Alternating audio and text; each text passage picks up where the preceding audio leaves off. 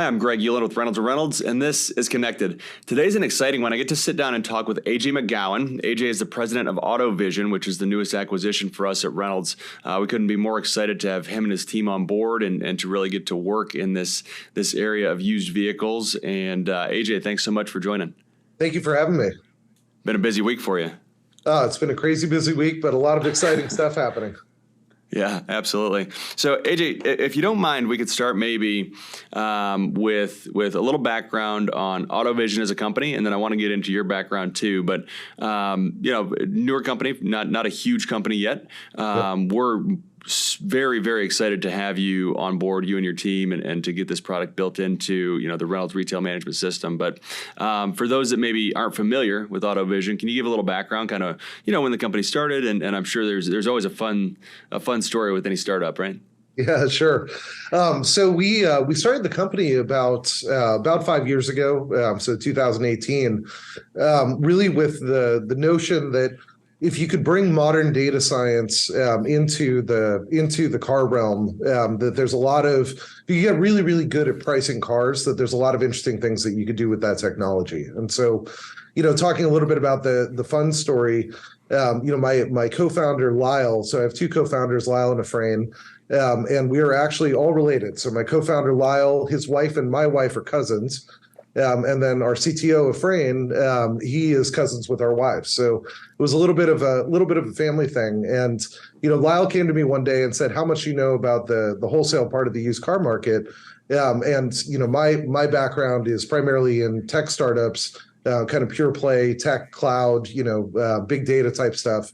And he said, how much do you know about the wholesale part of the car market? And I said, well, I guess it makes sense that there's a wholesale part of the car market if there's a retail part of the car market. And he said, well, I've got a lot of things to show you. So, as we dug into it, it just became really, really evident that there was an opportunity to do, some really interesting things. Like I said, if you could get good at pricing cars. And so that's, why we decided to come and build the company. And then about 2.5 years ago, why we built the AutoVision product, on top of the platform that we had built to process, new and used car data, both retail and wholesale. And like I said, to get really, really good at pricing cars. So we spent a few years, really down in the trenches and doing all the hard work in the R&D of getting good at that, and then built AutoVision on top of it. And, we've been running hard since then, and really excited to be, building into Reynolds now. Yeah, no, that's great. That's great, and congratulations on the acquisition. And like I said, we're really happy to have you here. So, what about you? You said your background's mostly in kind of pure tech and Silicon Valley type, big data startup world. So, I guess what does that background look like? If I'm understanding correctly, you're not a tried and true car guy, but we all end up in this industry in some way, shape, or form. So what does your kind of path look like? So what's funny is I didn't I guess I'm sort of the typical tech entrepreneur that didn't finish college, but I did briefly attend college, and while I was there, my job to get through school was selling used cars at a Chevy lot in Tempe, Arizona. So, okay. So I started out early on the car side, but I had always kind of been a tech guy, and I got involved in the startup scene in Phoenix. I was lucky enough to be involved with a company called Limelight Networks that was sort of big data, cloud compute before we called it that. We took that public back in 2007. I started another company where I actually invented the ability to inject advertising directly into video streams to make it work on mobile devices for the first time. And then sort of sold that. And then I did a travel and logistics company. So I've kind of, been all over the map, but the common theme for me, I guess, has been, finding problems that, were really hard to solve. And using data and using compute in, sort of innovative ways to fundamentally change the business model. And that's really the thing that, keeps me interested and got me so interested when Lyle came to me and started walking me through how, the used car marketplace works and how the car industry works in general, sort of, if you'll pardon the pun, under the hood. That's been my path to get here.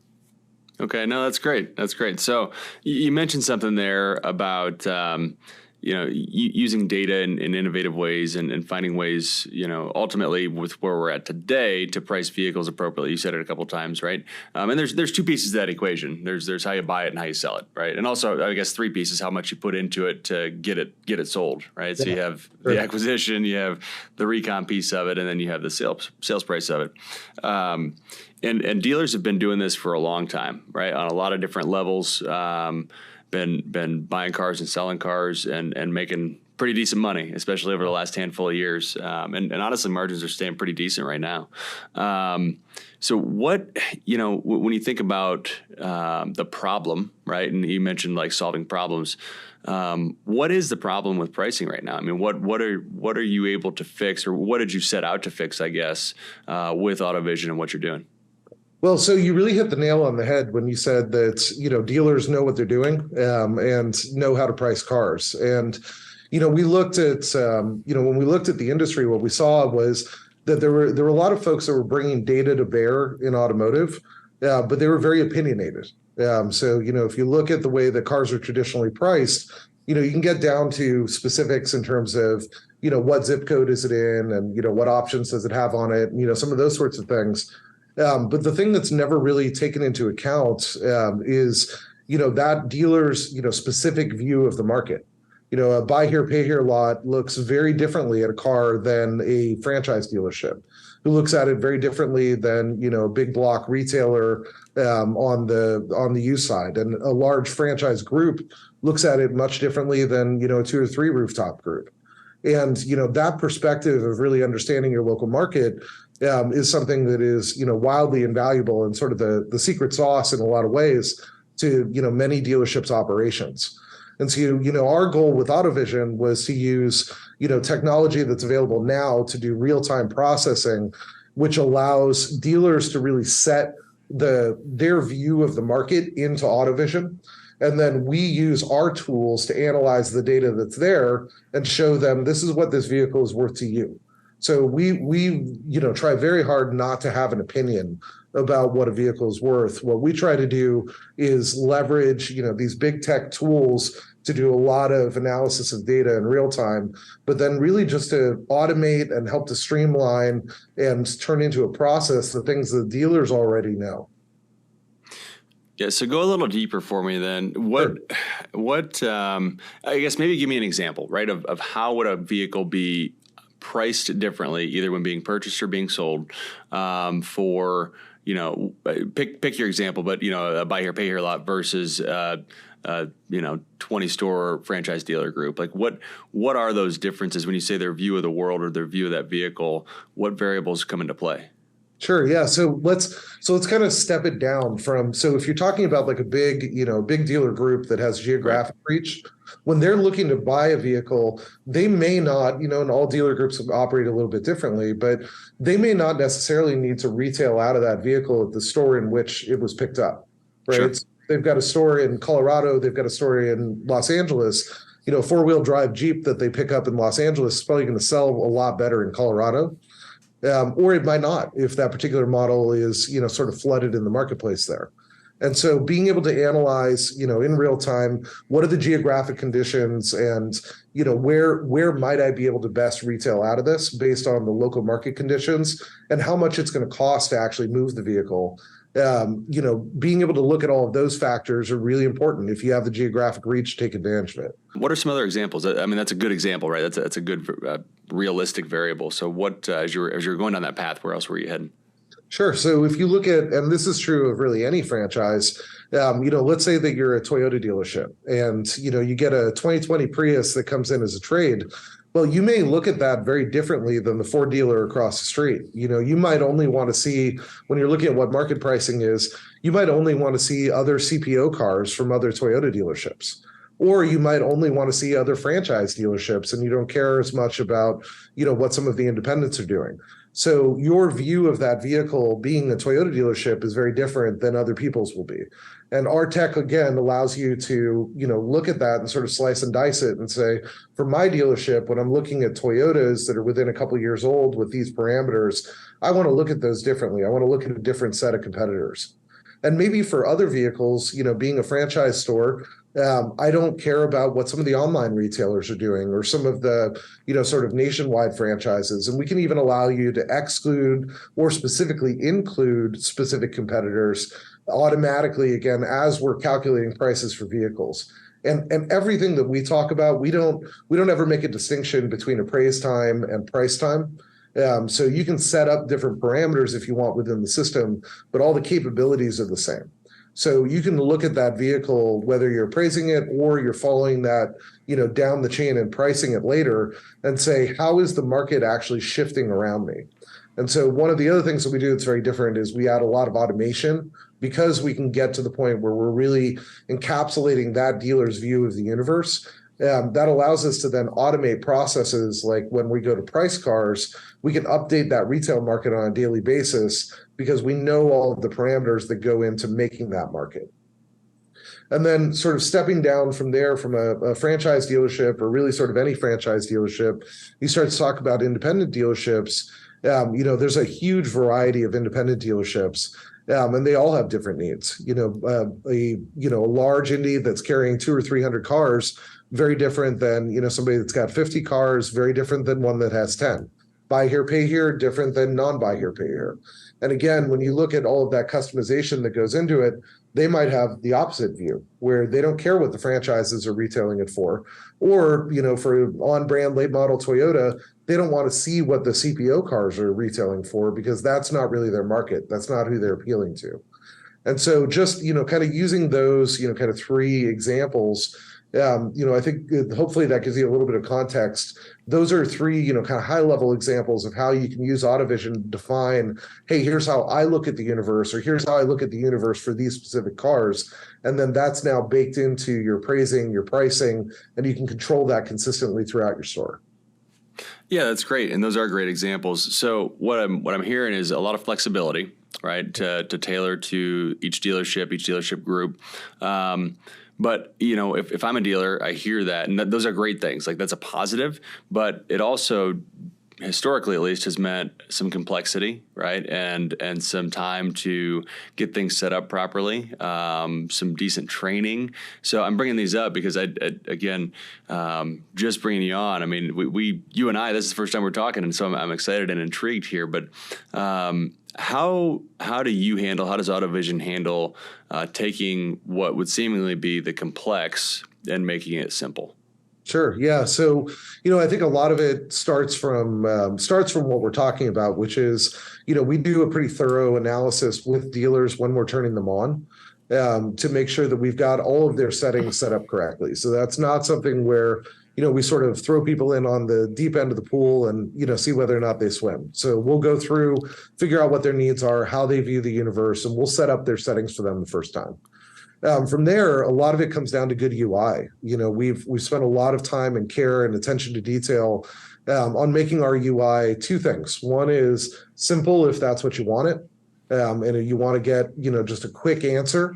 But then we're also always focused on being able to show our work. So there's always, do you want to learn more? Do you want to go a level deeper? And so we can give you that quick answer of here's where we think you should retail it based on your settings. But if you want to drill down and see exactly how we got there, we'll expose all of the data for you and let you slice and dice it, 6 ways from Sunday. And so that philosophy of being, kind of simplest answer first and then drill down, and then making everything really customizable, where if you don't want to see everything on your screen, you just want 5 boxes that tell you, what's my book, what's the wholesale value, what's the retail value. We can make it literally that simple as well. So, we spent a lot of time on that. And, what we hear from dealers is that the training is actually pretty straightforward, and it's less than they would have thought switching over, even full switch over of their inventory management system. They tend to become, pretty proficient with the system in the first 48 to 72 hours. And then we start getting more questions, as people have been using it for a week or two, they start to say, wow, this is really powerful, but what if I wanted to tweak this? What happens if I say I want, more comps, or I want a little wider radius? How's that going to impact me? But that learning process is something that we've really spent a lot of time on, so that it's easy to get started, but then you can go as deep as you want. Yeah. Yeah. Do you see much variability once somebody gets set up and installed? Do you see a lot of variability in how they use the tool? Do they continue to add to how they use it? Just kind of out of curiosity, because it does sound like there are a lot of layers just listening to you kind of describe it. So do you see a change in behavior over time with users? No, what we see is typically users kind of self-classifying. So, some users are just looking for the answer, and they tend to kind of stay at that surface level, and they're happy that it's fast and it looks nice and they're getting accurate answers. And then we've got the folks that like to tinker and like to get in and drill down into the weeds. And they'll usually start out that way, and nothing's going to change that, right? So we see them kind of bifurcate there. Traditionally, we haven't seen a lot of folks that were in the middle, which has been kind of interesting as we've looked at the usage data. That we usually see people that just want, hey, the tool is a tool. I just want the tool that works. It's great. You can get me more accurate data. I love it. Let's do it. And then you've got the guys that really want to drill in, and they want to look at the retail data. They want to tinker. They want to tune it, and they tend to do that over time. No, that's great. That is interesting to look at it for sure. You mentioned something there that just struck me for some reason, and I'm hoping you can go a little deeper on it. You said more accurate data. Sure. And I'm curious because without knowing, obviously, the level of detail that you do, like on the surface, it seems like the data is the data, right? And if I don't see a way that it's inaccurate, but are there more layers to the data that can make it more precise, maybe precise, and we're splitting hairs here, but I don't know. You said more accurate. I'm hoping you can go a little deeper on what you mean by that. Sure. Yeah. Well, so it's interesting that you say that. So I mean it both ways. So I guess is the best way to say it. So we're really, really good at looking at retail market data or wholesale data and teasing out the exact configurations of vehicles. And then being able to isolate and specify the exact comparable set. We're not perfect by any stretch of the imagination, but what we hear consistently over and over again from folks switching from competitors is that our competitive sets are more accurate. We don't have ghost cars. The cars that we say in market are there, and they tend to match up pretty well with what they're actually looking at and what they're actually comparing against. So from an accuracy standpoint, we think we do a really, really good job there. We're constantly striving to get better, but we think we do a great job. The second piece of it is precision. To your point, is once you have that and you've got that kind of set of accuracy, what that allows you to do is take the training wheels off to a certain extent. Where if you're not 100% sure that you're accurate, or at least high 90s that you're accurate on that competitive set, then you really want to have those guardrails in and be a little bit more general about the cars that you're looking at. When you can get more accurate and more confident in the data, that allows you to then become much more specific and say, you know what, I only want to see for this particular truck, I want to match it all the way down to the engine fuel type, because I know that if it's biodiesel, it's going to be a completely different price points than the regular diesels, right? And when we know and we're confident about that, or we're confident that white cars are going to do differently than, sell better or worse than red cars in this market, when we get confident around those individual aspects, then that allows you to become, both more precise and more accurate. All right, that makes sense. So you mentioned a couple of features there, and this is something that forever is just so interesting to me. And maybe off the top of your head, maybe you don't, but I'm curious, what does the data say are the most valuable features in a vehicle? Right? Sunroof, heated seats, cooled seats, heated steering wheel. And it probably varies by market, I'm guessing, but does anything stand out and maybe any surprises where you go, you know what, for whatever reason, that thing, consumers absolutely love it? Yeah, it really depends on the vehicle, what it comes down to. So vehicle by vehicle, it's different. And so it's really important to tease out the options and the packages and those sorts of things and being able to compare between them. The thing that's been most surprising to me that I think, I came from tech, I'm not a dyed-in-the-wool car guy, so to speak. But the thing that's been made a real impression on me is how much of a difference the color of the vehicle actually makes. Where really? You will see, because one of the really unique stats that we track is what we call PTM 30.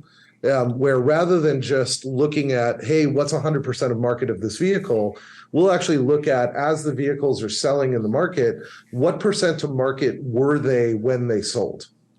And so we can show, white cars of, this particular make and model and year and so on, all the level of detail. If they're white, they're selling at 92% of market. And if they're black, they're selling at 105% of market. And a lot of times that gets lost in the noise. And people, I think every dealer sort of intuitively knows how important color is to the consumers. But to be able to quantify it and really like look at the data and see, sometimes you're talking about a $40,000, $50,000 car, you're talking about $3,000, $4,000, $5,000 price swings on these vehicles based on what color it is. And so that's been really, really interesting to me, where I would have thought it would impact how quickly they would sell and, some other stats, but the fact that it impacts the actual price that much and where they're actually selling at has been really interesting to me. Huh.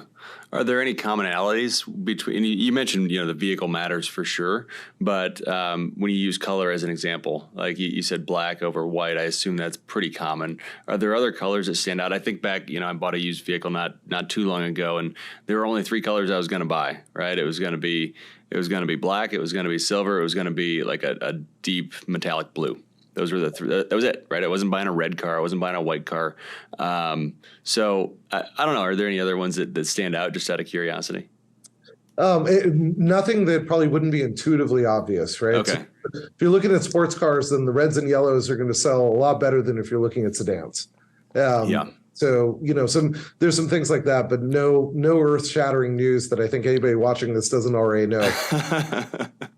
Yeah, but it is good to have the data behind it, right? And to know just how much more valuable it is, right? Because it's one thing to know that it's more valuable. It's another to know that based off of the last 30 days worth of data, this is exactly how much more valuable it is. Yeah, well, and so the key thing there is it is, you're absolutely right. It's valuable to know what the data is, but the way that we look at it is the most important thing is being able to fuel the automation.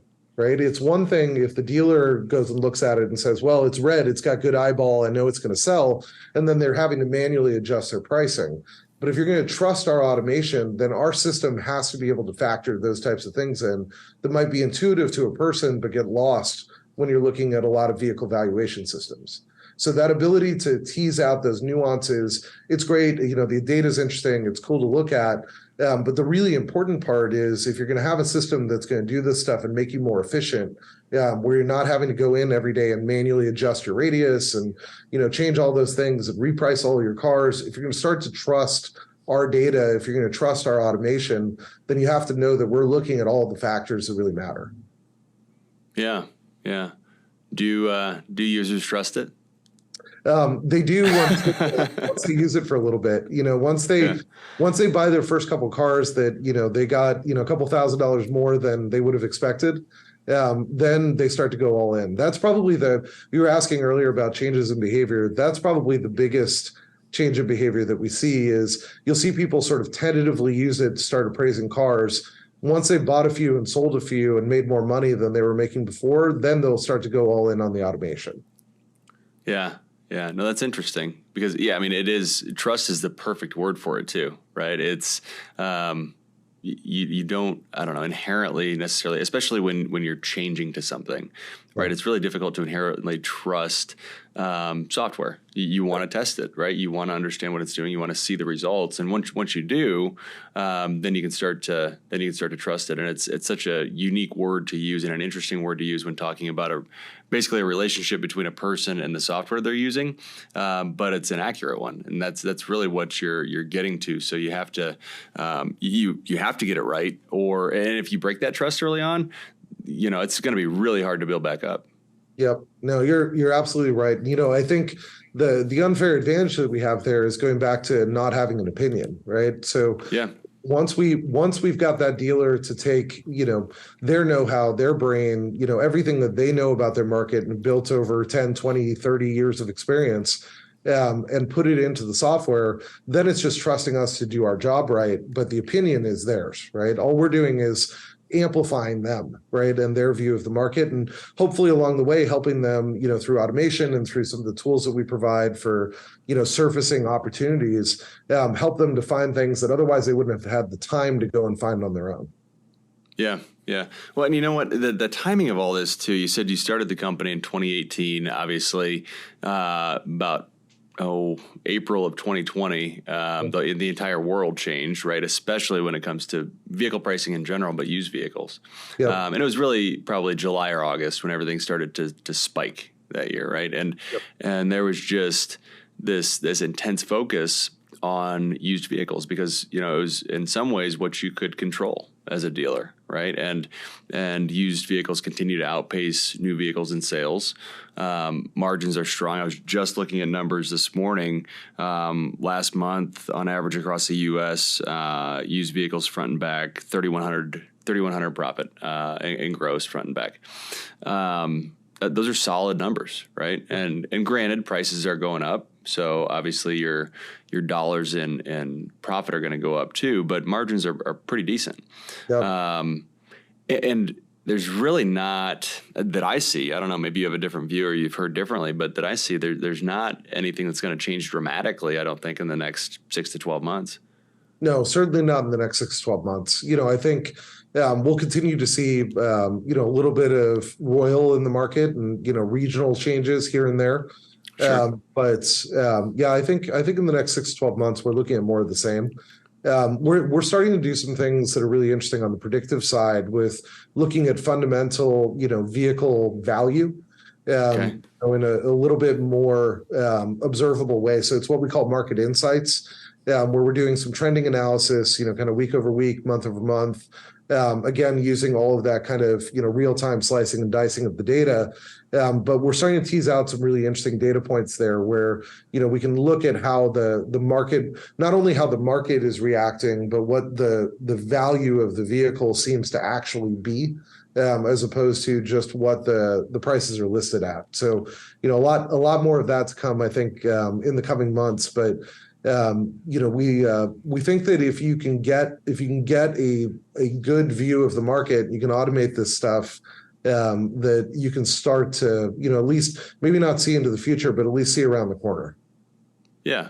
No, that makes sense. Talk a little bit too about the variability there is regionally or locally even, right? So you look across the country, you have visibility to dealers across the country. How much variability is there in reality, right? We all know that each market's different, but is that a $200 difference? Is it a $2,000 difference? What is that variability? It's massive, and it's really market and vehicle specific. So one of the things that we do that dealers really like is like when you're searching for cars at auction on our platform, we'll show you projected profitability analysis. That's based on, those PTM 30 numbers that we were talking about and some other factors. One of the things that it'll do is calculate in transport cost.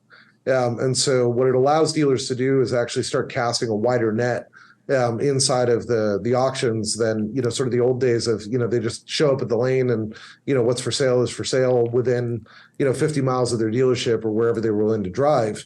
And you start to see some really interesting opportunities arise there for buying vehicles where, hey, it may cost $1,000 to move it from somewhere in Nevada to, here in the San Francisco Bay Area, but you're going to be able to sell it for $3,000 more than what that dealer is going to be able to retail it for in Nevada. And so, moving it even a relatively long distance sometimes can make a lot of sense. And so, the ability to use data to kind of maximize those arbitrage opportunities, we think is huge and is really just getting going.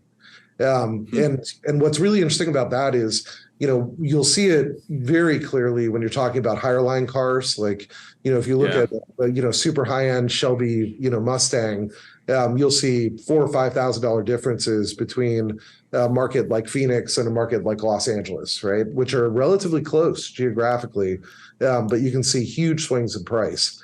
But what's been really interesting to me is to see that same effect. Like I used an example earlier of a 4x4 vehicle that you might be selling in LA, 4x4 Jeep that you might be selling in LA versus in Colorado.